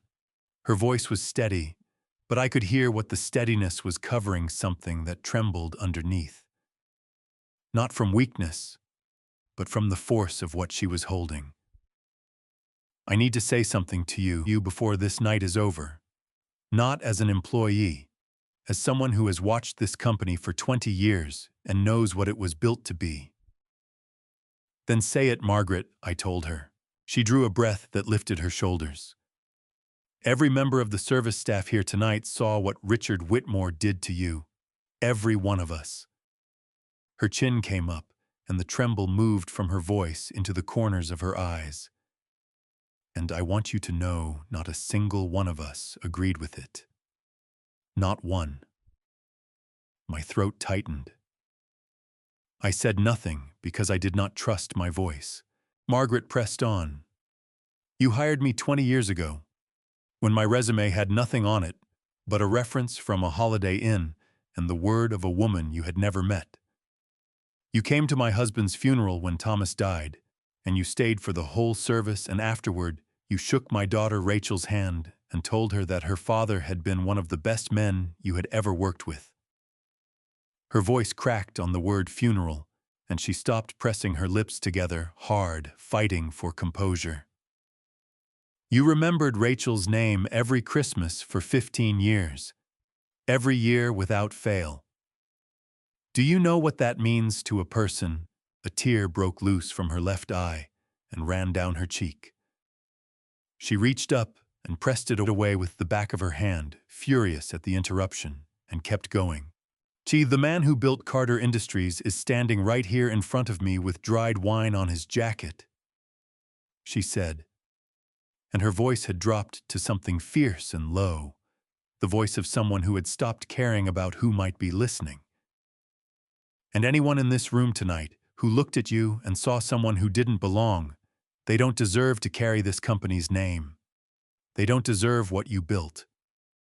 Around her, 3 members of the service staff had drifted closer, not approaching, not intruding, but present. A young man with a tray of empty glasses. A woman in her 40s who had been clearing the far tables. A senior server named Earl who had worked Carter Industries events for 11 years, and who I recognized from a dozen previous gatherings. None of them spoke. But each of them, one by one, gave me a single nod, the particular nod of people who have been witnesses to something and want the person at the center of it to know they were seen. My eyes burned. Not from the wine, not from the long evening, but from the specific piercing ache of being seen clearly by people who owed you nothing and chose to show up anyway. I put my hand on Margaret's shoulder. She stiffened slightly, then steadied. Margaret, I said, and my voice came out rougher than I had intended, rougher than it had been all evening, rougher than it had been when Richard poured that wine, rougher than it had been when Daniel turned away. Because this was harder than any of that. Kindness, when you have been bracing against cruelty all night, lands in places that are not prepared for it. You have been the conscience of this company for 20 years, more than you know. More than I ever told you, which is a failure on my part that I intend to correct. She made a sound that was halfway between a laugh and a sob, pressing her hand against her mouth. I wasn't trying to embarrass you, she managed. I just couldn't let you leave tonight without someone saying it. You didn't embarrass me, I said. You reminded me of something I needed to remember. She looked up at me, eyes bright and wet, and asked, What? But that the most valuable things in this building tonight, I said, were not in any boardroom. They were carrying empty trays and working double shifts and choosing to tell the truth when it would have been easier and safer to say nothing. I looked at the 3 staff members who had gathered nearby, meeting each set of eyes in turn. All of you, thank you. Earl cleared his throat. The young man with the tray looked at his shoes and blinked hard. The woman in her 40s pressed her hand flat against her sternum as though she was holding something in. I left the Grand Hartwell Hotel that night through the service entrance. Margaret's suggestion offered quietly to avoid the reporters who had begun gathering at the front. The night air hit me when I stepped outside, cold and clean and smelling of October in Connecticut, of fallen leaves and the particular crispness that comes just before the weather turns for good. I stood there for a moment, with my hands in my pockets and my face turned up to the dark sky. Above Hartford, the stars were doing what stars always do, burning steadily, without drama, without any interest in what was happening below them. I thought about Eleanor. I thought about my father. I thought about a warehouse that had cost $50 a night and 11 people who had believed in something before there was any evidence it deserved believing in. The most valuable things I had ever built, I understood that night, were not in any balance sheet. They were standing around me with empty trays and tired feet, and they had chosen, when it mattered, to remain. The morning after the gala, Hartford woke up to news it had not expected. By 6:15, the story had reached the financial desks of every major outlet covering New England business. By noon, it had traveled to every publication with a stake in regional manufacturing. By the time the closing bell rang, Carter Industries had become the most discussed corporate story in the Northeast, not for the partnership announcement Daniel had spent months preparing to celebrate, but for the emergency founding board session that had convened at 7 in the morning and did not adjourn until nearly 2 in the afternoon.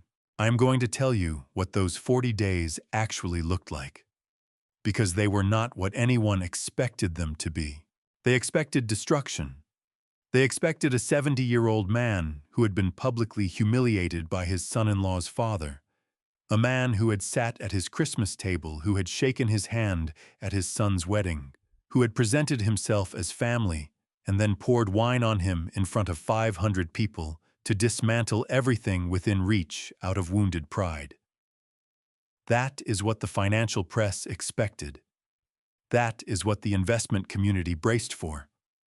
That is what several people who had known me for decades quietly feared. That was not what I did.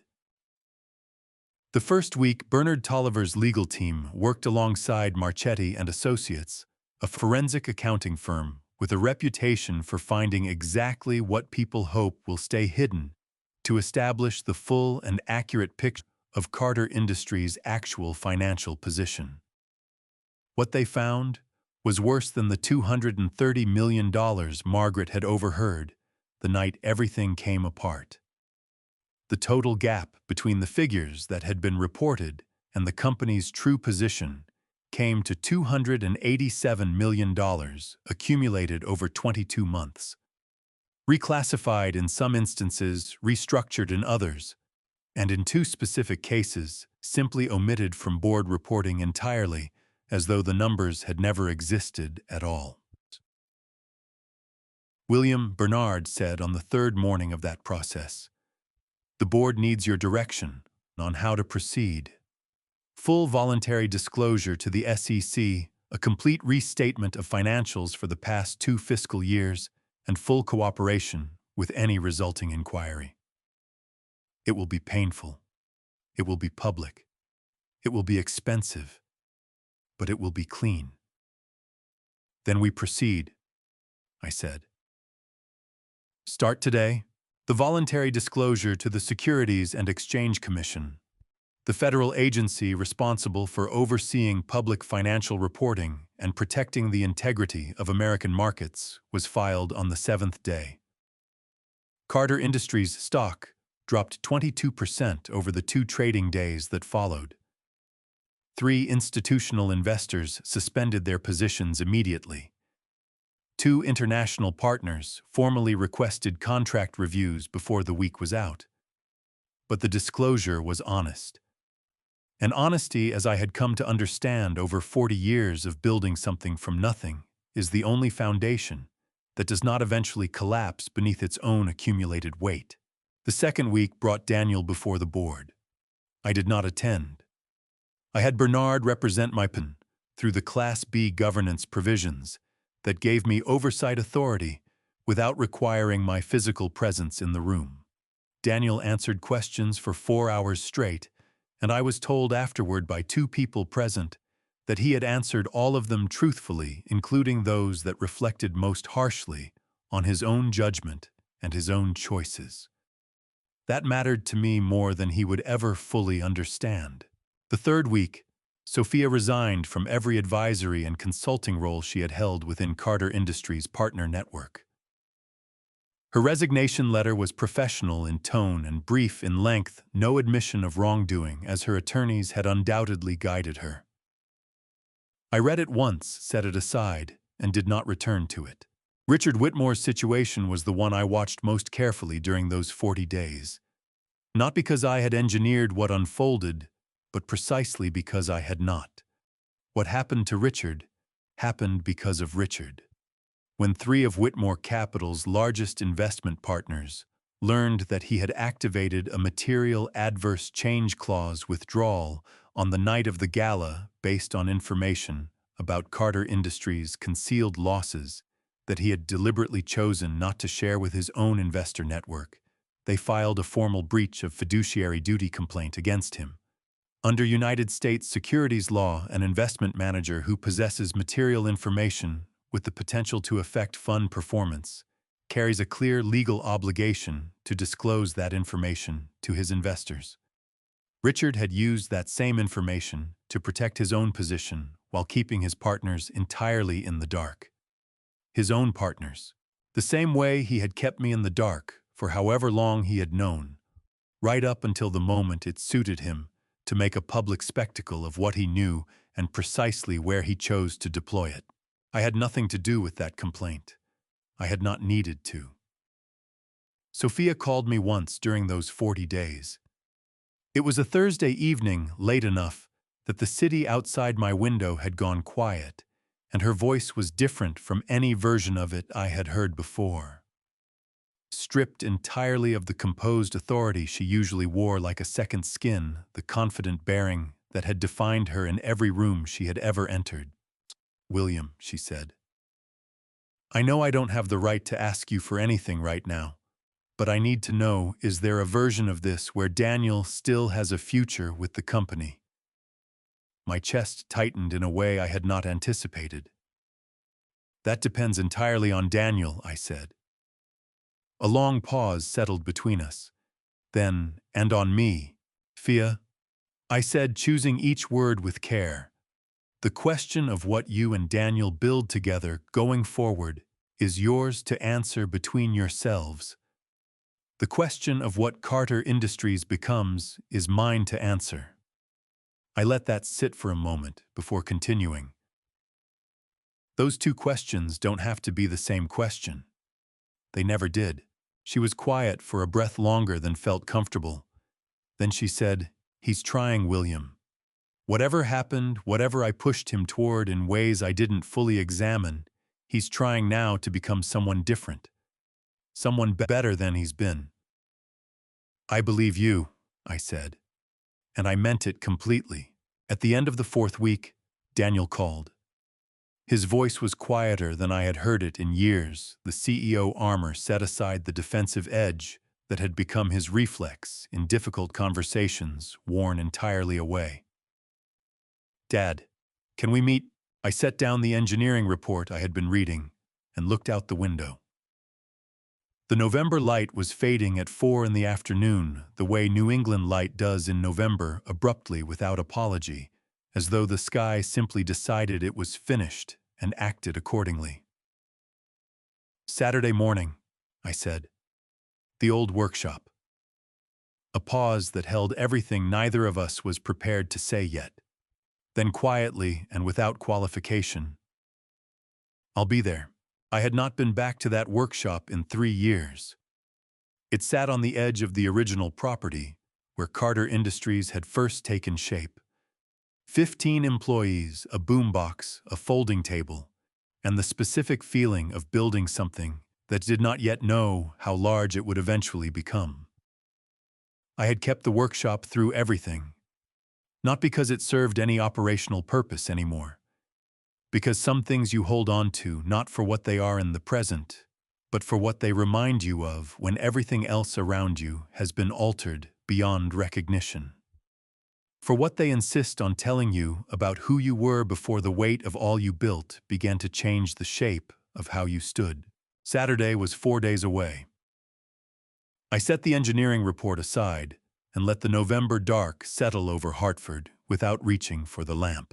The workshop looked exactly as I remembered it, and smaller than memory, the way places always are when you return to them after time has passed, and your imagination has been adding square footage without your permission. 800 square feet of corrugated metal walls, a concrete floor with oil stains that no amount of cleaning had ever fully removed, 2 narrow windows on the north side that let in the kind of thin December light that doesn't so much illuminate a room as remind you that the sun is making its best effort under difficult circumstances. The smell was the same. 40 years, and it was exactly the same metal and machine oil and something underneath both of those that I could only describe as the particular scent of possibility. The smell of a place where things were made from nothing by people who refused to believe that nothing was a permanent condition. I had arrived 20 minutes early. Old habit, I had never once in my life been late to anything that mattered, and this morning mattered more than most. I had turned on the single overhead light, which flickered twice before settling, and I had found the 2 wooden stools that had been in the corner since 1986 and set them facing each other in the middle of the floor the way I had seen my father arrange chairs when he had something serious to say to someone he loved. Daniel arrived exactly on time. The door opened and the December cold came in with him, and he stood in the doorway for a moment, taking in the space, the stains on the floor, the old work table against the far wall, the hand-lettered sign I had made in the first week with a piece of lumber and a can of black paint. Carter Industries, EST, 1985. He stared at that sign for a long moment, and something moved across his face that he couldn't quite control, grief, maybe, or recognition. The particular expression of someone who has traveled a very long way and arrived somewhere they had forgotten they knew. Dad. His voice was rough at the edges, scraped clean of everything except what was real. Sit down, Daniel. He crossed the floor and sat on the stool across from me. He was wearing a coat I didn't recognize, dark wool, expensive, and underneath it a plain blue sweater with no logo, no statement, nothing that announced anything about who he was or what he ran. He looked, I thought, like a man who had set something down that he had been carrying for too long and was still adjusting to the unfamiliar lightness. "How are you?" I asked. The question surprised him. His throat moved. "I've been better," he said. And then he looked at me and realized those were the same words I had said to Bernard the night of the gala, and something flickered in his eyes that told me he knew it. "I've been worse too," he added quietly. "I'm not sure which one I'm closer to right now." "That's an honest answer," I said. "I'll take it." He pressed his hands together between his knees and stared at the floor. "I came here to apologize," he said. "I've been trying to figure out for 5 weeks how to do that properly, and I still don't think I have the words for it. But I'm here. That's what I have." "Then start there," I said. He looked up at me, and his eyes were red at the rims. Not from crying, not yet, but from the sustained effort of a man who had been holding something in for a very long time and was running out of the strength to keep holding. "The investments," he began. "The financial reporting.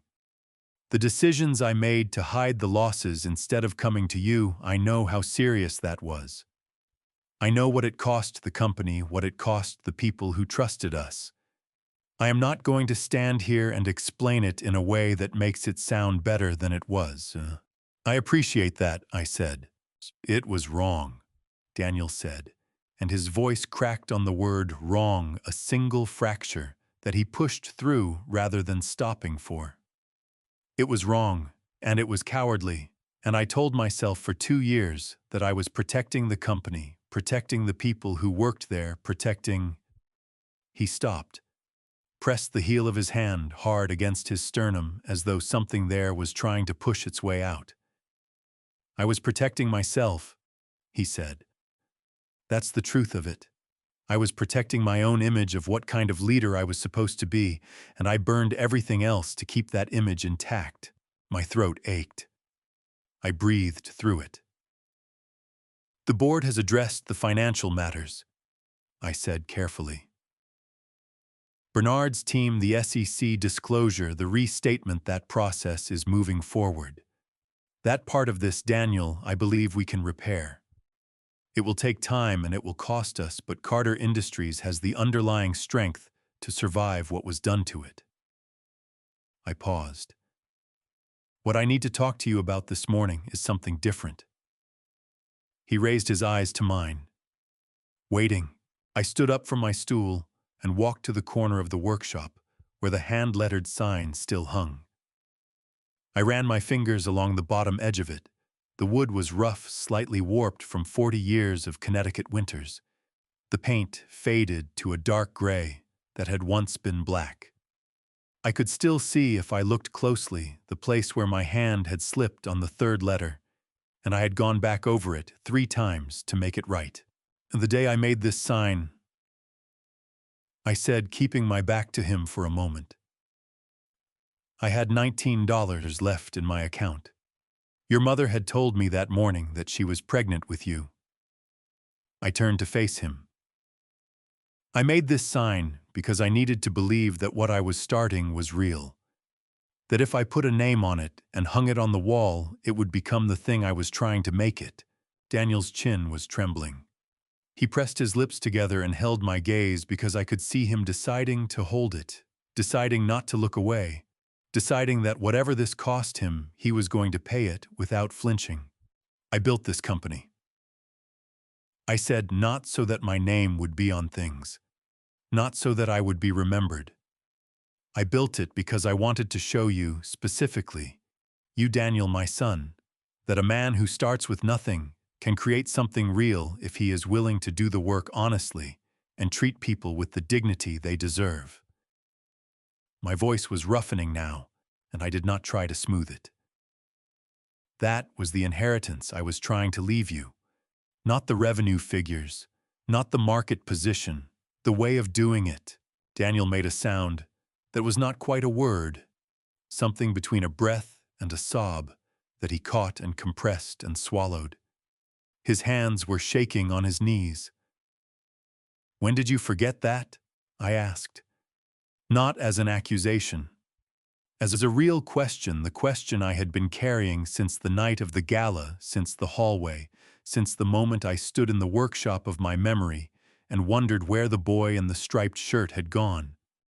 I don't know, Daniel said, and his voice broke fully on the last word, and the tears came now. Not gently, not decorously, but the hard, shuddering kind that come from somewhere deep and long-held, the kind that a grown man produces when he has been refusing them for years and the refusal finally fails. He pressed his fist against his mouth. His shoulders shook. I don't know, Dad. I think I started believing that the only way to prove I deserved it was to outrun you. And I ran so hard and so fast that I stopped looking at where I was going. I crossed the floor and put my hand on the back of his neck, the way I had when he was 8 years old, and frightened. He leaned forward and pressed his forehead against my shoulder and cried openly without performance, without the armor of the CEO or the defensive anger of the son, just cried the way people cry when they have finally arrived at the place where the truth lives and found it harder and more necessary than they imagined.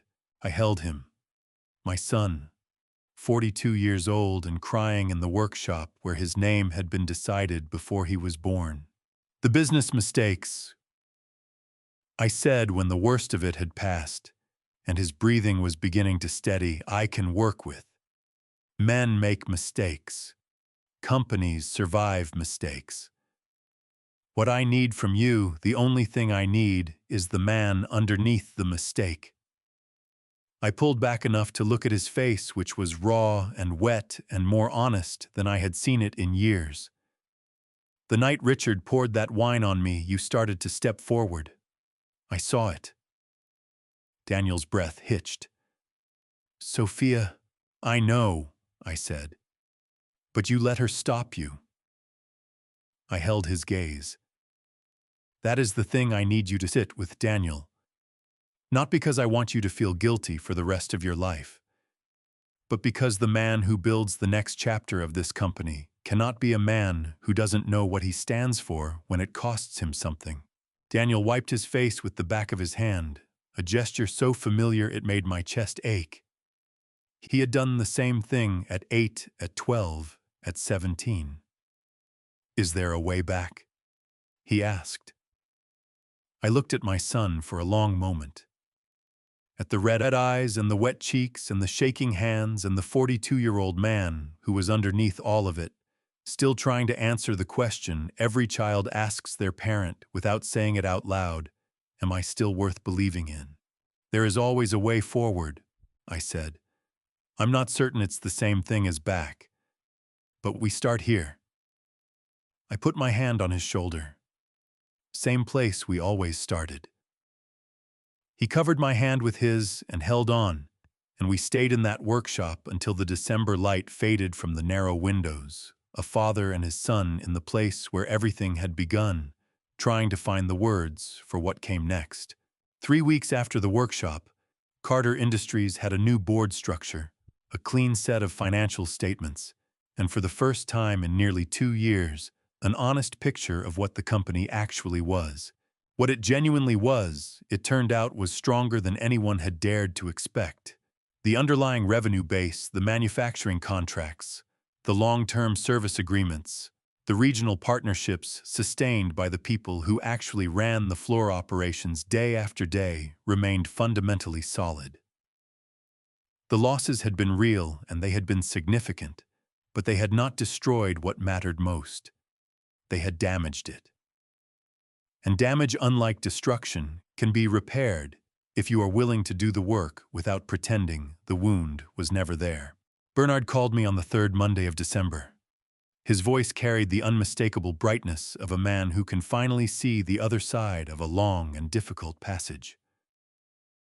The restatement filings are complete, he said. The SEC has acknowledged receipt. No enforcement action is being recommended at this stage given the voluntary disclosure and the full cooperation your team provided throughout the process. I released a breath I had been holding for 40 days. And the board reconstituted and formally seated as of this morning. 3 independent directors, 2 industry representatives, and your retained Class B oversight position. He paused for a moment. William, I want to say something to you. In 38 years of practicing corporate law, I have watched a considerable number of founders navigate serious crises. Most of them make things worse, not through malice, but through fear, through ego, through the very human instinct, to protect themselves first, and let the truth surface later, if at all. What you chose to do over the past 40 days was the hardest path available to you, and it was the right one. I want you to know that I witnessed it clearly. My eyes stung briefly. Thank you, Bernard. Please send me the final filings when they are ready. The first decision the newly reconstituted board ratified was Margaret Hayes' appointment as Director of People and Culture, a newly created position carrying genuine authority over hiring practices, employee relations, and internal conduct standards. Not a ceremonial title designed to make someone feel acknowledged without being empowered. A real position with real responsibility, built for a person who had spent 20 years demonstrating quietly and without recognition exactly what that role required of someone. Margaret called me the same afternoon the appointment was publicly announced.